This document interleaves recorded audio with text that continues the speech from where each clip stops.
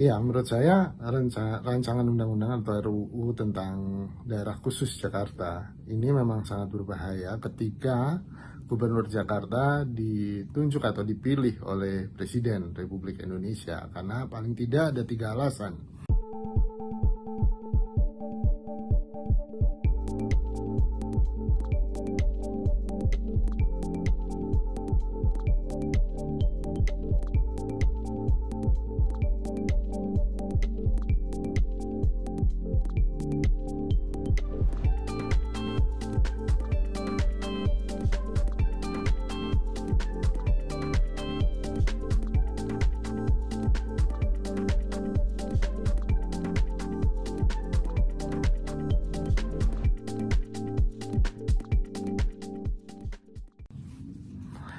Iya, menurut saya rancangan undang-undang atau RUU tentang daerah khusus Jakarta ini memang sangat berbahaya ketika Gubernur Jakarta ditunjuk atau dipilih oleh Presiden Republik Indonesia, karena paling tidak ada 3 alasan.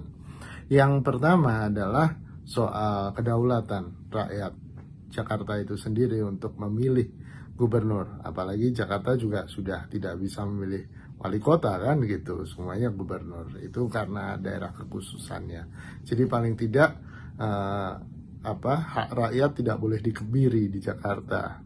Dan kedua, alasan kedua, kalau kemudian ada beberapa pihak membandingkan dengan daerah istimewa Yogyakarta, jelas karena daerah istimewa Yogyakarta punya kekhasan historis itu, sejarahnya berbeda dan unik gitu kan.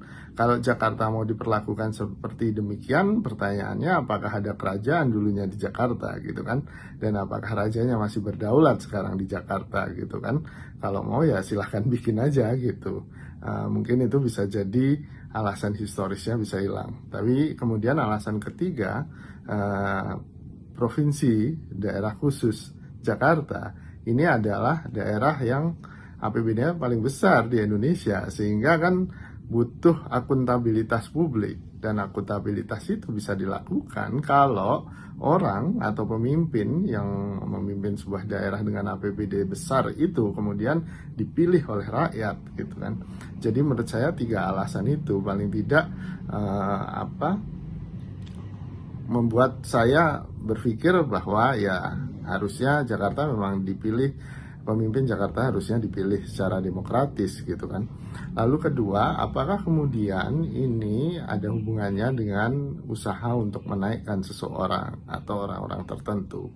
Ya mungkin Pak Jokowi berkaca dari keberhasilan beliau bahwa dari Gubernur DKI Jakarta itu bantu loncatan untuk menjadi presiden, untuk menjadi RI 1 gitu kan.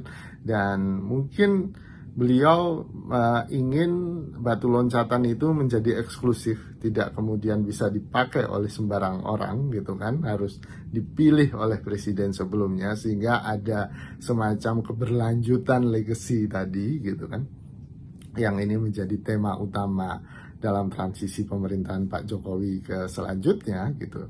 Lalu kemudian juga bisa dipandang usaha untuk kemudian memotong anak tangga gitu kan. Seperti halnya di Orde Baru, kepemimpinan nasional itu menjadi sulit untuk digapai karena anak tangganya dipotong. Usaha untuk menjadi lompatan karir dari bupati kemudian jadi gubernur kemudian jadi presiden.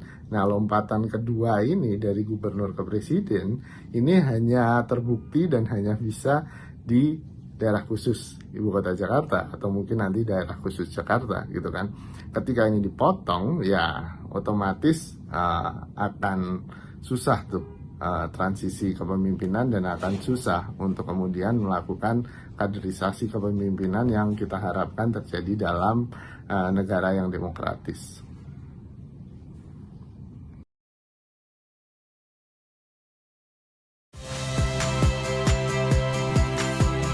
Saya Iriana Mardanus. Saksikan program-program Kompas TV melalui siaran digital, pay TV, atau media streaming lainnya. Kompas TV, independen, terpercaya.